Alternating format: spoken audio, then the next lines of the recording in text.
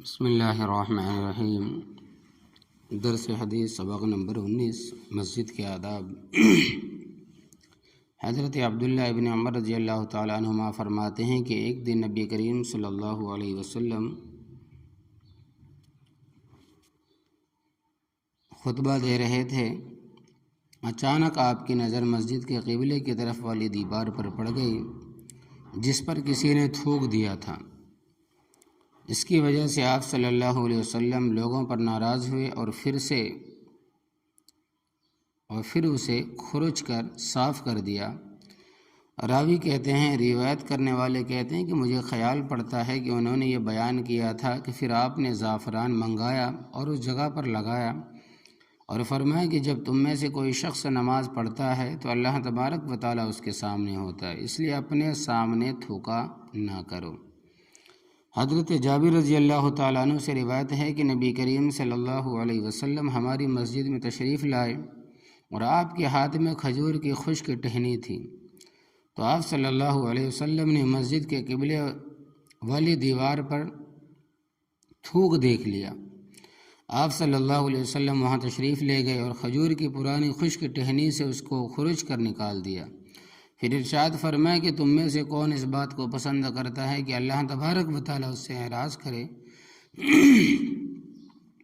جب تم میں سے کوئی نماز پڑھنے کا ارادہ کرے تو اللہ تبارک و تعالیٰ کے جب تم میں سے کوئی نماز پڑھنے کھڑا ہوتا ہے تو اللہ تبارک و تعالیٰ اس کے سامنے ہوتا ہے، اس لیے کوئی اپنے سامنے نہ تھوکے اور نہ دائیں طرف تھوکے بلکہ بائیں طرف پاؤں کے نیچے تھوکے۔ اگر یہ نہ ہو سکے تھوک زیادہ آ رہا ہو تو اپنے کپڑے پر اس طرح تھوک دے۔ آپ صلی اللہ علیہ وسلم نے کپڑے کو منہ پر رکھا اور پھر اس کو ملا کر رگڑا۔ بائیں طرف پیر کے نیچے تھوکنے کا حکم اس صورت میں ہے کہ نماز مسجد میں نہ پڑھتا ہو، اور اگر مسجد میں پڑھتا ہو تو اپنے کپڑے میں ہی تھوکے۔ اس زمانے میں رومال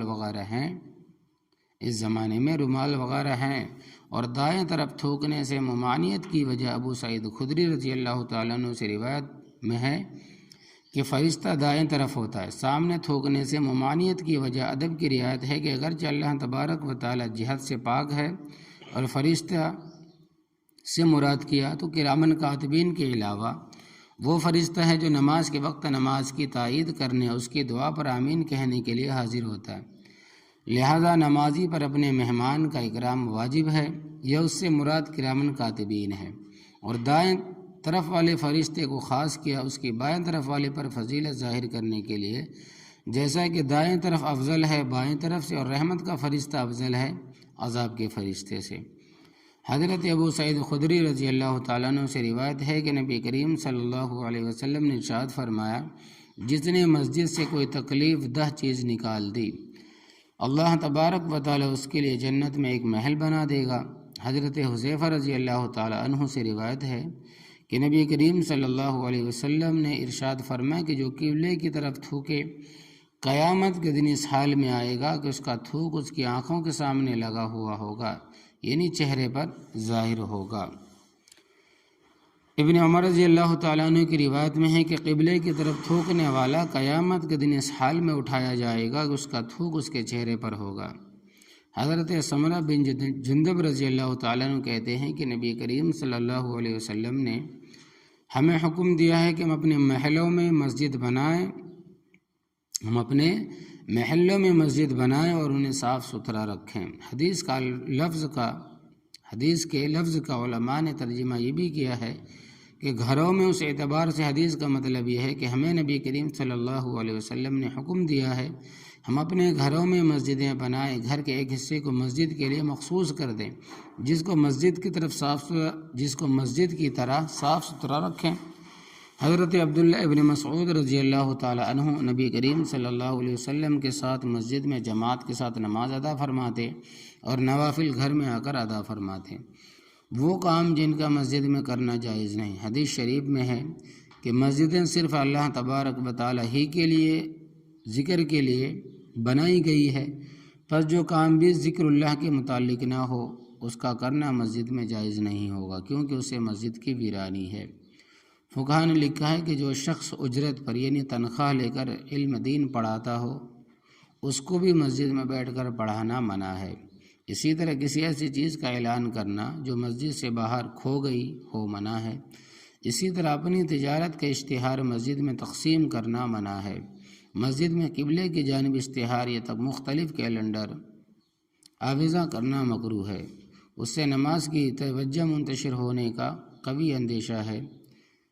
جنبی اور حیض والی عورت کو مسجد میں جانا گناہ ہے، یعنی کہ ہم بستری کرنے والا غسل جنابت والا شخص جس کو غسل کی ضرورت ہو اور حیض والی عورت کو مسجد میں جانا گناہ ہے۔ بعض لوگوں کی عادت ہوتی ہے کہ مسجد میں انگلیوں کو چٹکھاتے رہتے ہیں، اس سے بھی سختی سے بچنا چاہیے۔